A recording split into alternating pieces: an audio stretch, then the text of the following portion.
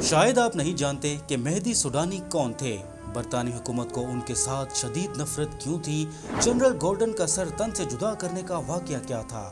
میں ہوں فیصل اکرم اور ڈیلی اب تک کی سیریز تاریخ اسلام کے سپہ سالار میں آج ہم آپ کو مہدی سوڈانی کی کہانی سنا رہے ہیں، جس نے برطانوی اجارہ داری کا خاتمہ کر کے ایک وسیع و عریض سلطنت قائم کی۔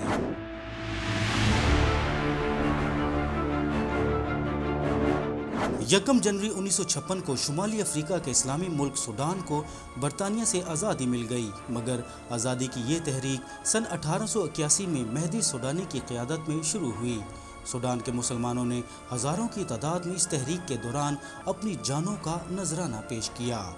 آزادی کی اس تحریک کو کچلنے کے لیے حکومت برطانیہ نے بطور خاص ایک جنرل گورڈن کو سوڈان بھیجا۔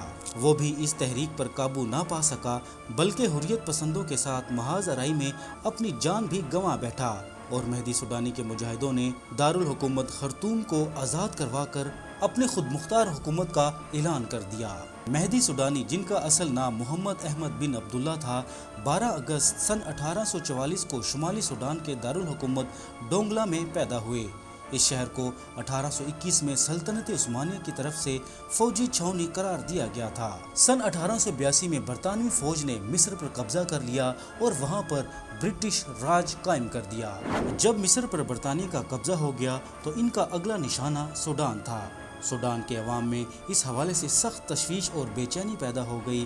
ادھر برطانیہ اور مصر کے مشترکہ فوجی دستے بڑی تعداد میں سوڈان کے مختلف علاقوں میں تعینات کر دیے گئے، اور سوڈان کے دارالحکومت خرطوم میں برطانوی حکومت کے مقرر کردہ نمائندوں نے اپنی اتھارٹی قائم کر لی۔ ان حالات میں محمد احمد المعروف مہدی سوڈانی نے انصار کے نام سے اپنی جماعت بنانے کا اعلان کر دیا اور عوام کو غیر ملکی قابض قوتوں کے خلاف جہاد شروع کرنے کا حصہ بن گئی اور برطانوی اہلکاروں پر حملے شروع کر دیے۔ اس طرح ایک موثر انقلابی تحریک شروع ہو گئی۔ برطانوی اور مصری افواج اور دیگر غیر ملکی سرکاری اہلکاروں کو سوڈان سے بحفاظت نکالنے کے لیے برطانوی حکومت نے جنرل چارلس جارج گورڈن کو خرطوم بھیجنے کا فیصلہ کیا۔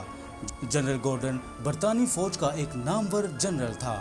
چونکہ جنرل گورڈن سوڈان کے حالات سے اچھی طرح واقف تھا، اسی لیے اسے دوبارہ وہاں کا گورنر جنرل مقرر کیا گیا۔ لیکن اب محمد احمد المعروف مہدی سوڈانی کی لیڈرشپ میں برپا ہونے والے انقلاب نے سوڈان کے حالات کا رخ پلٹ دیا ہوا تھا۔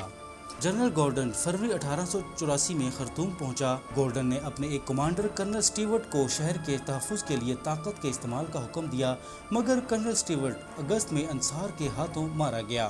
مگر 8 ماہ سے زائد کے محاصرہ کے بعد جنوری 1885 میں انصار کے کمانڈوز جنرل گورڈن کے محل میں داخل ہونے میں کامیاب ہو گئے۔ اس برطانوی گیریزن میں جتنے لوگ تھے سب انصار کے ہاتھوں مارے گئے اور جنرل گورڈن کو بھی قتل کر دیا گیا۔ اس طرح خرطوم شہر کو آزاد کروا لیا گیا اور انقلابیوں کی ایک خود مختار حکومت ان کے محبوب لیڈر محمد احمد المعروف مہدی سوڈانی کی سربراہی میں قائم کر دی گئی۔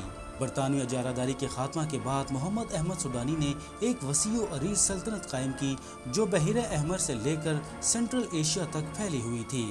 سوڈان سے برطانوی اور مصری راج ختم کرنے کے محض 6 ماہ بعد یعنی 22 جون 1885 کو محمد احمد سوڈانی اس دنیا سے رخصت ہو گئے۔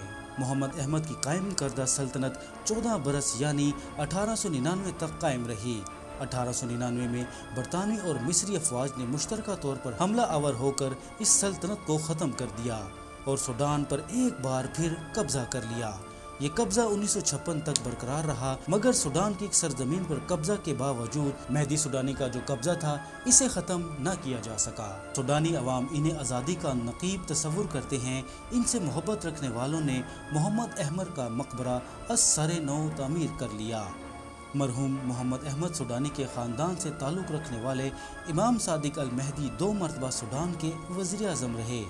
سوڈان کے قومی پرچم میں سیاہ رنگ کی پٹی کو بھی برطانوی غلامی کے خلاف جہاد کرنے والے مجاہدین سے منسوب کیا گیا ہے۔ آج بھی ہزاروں لوگ محمد احمد سوڈانی کے درمان میں موجود مقبرہ پر حاضری دیتے ہیں۔ ناظرین، مہدی سوڈانی کے حوالے سے آپ کو آج ہی ہماری ویڈیو کیسی لگی، کمنٹ سیکشن میں اپنی رائے کا ضرور اظہار کیجیے گا۔ اگر آپ تاریخ اسلام کے عظیم سپہ سالار خالد بن ولید کے حوالے سے جاننا چاہتے ہیں تو یہاں کلک کریں۔